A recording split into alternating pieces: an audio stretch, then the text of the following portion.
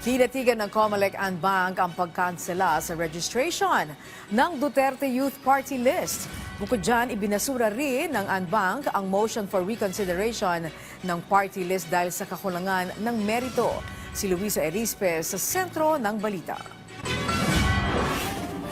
Pinapakansela na ng Commission on Elections and Bank ang registration ng Duterte Youth Party List sa inilabas na dokumento ng poll body. Ngayong araw, sa botong 511, kinatigan ng Anbank ang desisyon ng 2nd Division noong June 18, 2025 na makansela ang registration ng Duterte Youth. Ibinasura din nila ang apela ng party list. Ang dahilan naman ng Anbank, lack of merit o wala umano silang nakitang sapat na dahilan para baliktarin ang naging desisyon ng dibisyon. Ibinasura din ang motion for reconsideration ng Duterte Youth dahil wala naman umanong maipakitang dahilan bakit kailangan mabaliktad ang desisyon.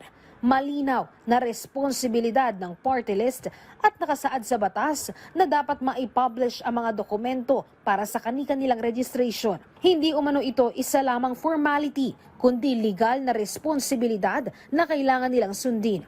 Di rin excuse na walang direktiba sa kanila na mag-publish ng requirements para hindi nila ito sundin. Ang pagtuturo ay hindi sila maliligtas sa kanilang kapabayaan. Naniniwala din ng Anbank na walang prescriptive period sa pagkansela ng registration ng isang party list organization.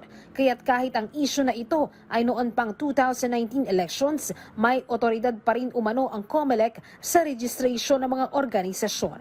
At higit sa lahat, sinabi ng poll body na ang papalit-palit umanong pangalan ng mga nominees ng party list noong 2019 elections ay labag sa batas, rules at regulasyon na ipinatutupad sa election process.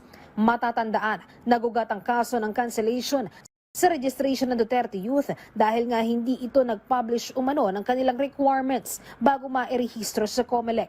Gayunpaman, nagkaroon sila ng tigi-isang seat sa Kamara noong 2019 at 2022 at ngayong 2025 elections nakakuha ng botong 2,338,564 na makapag-uupo ng 3 representatives sa pwesto.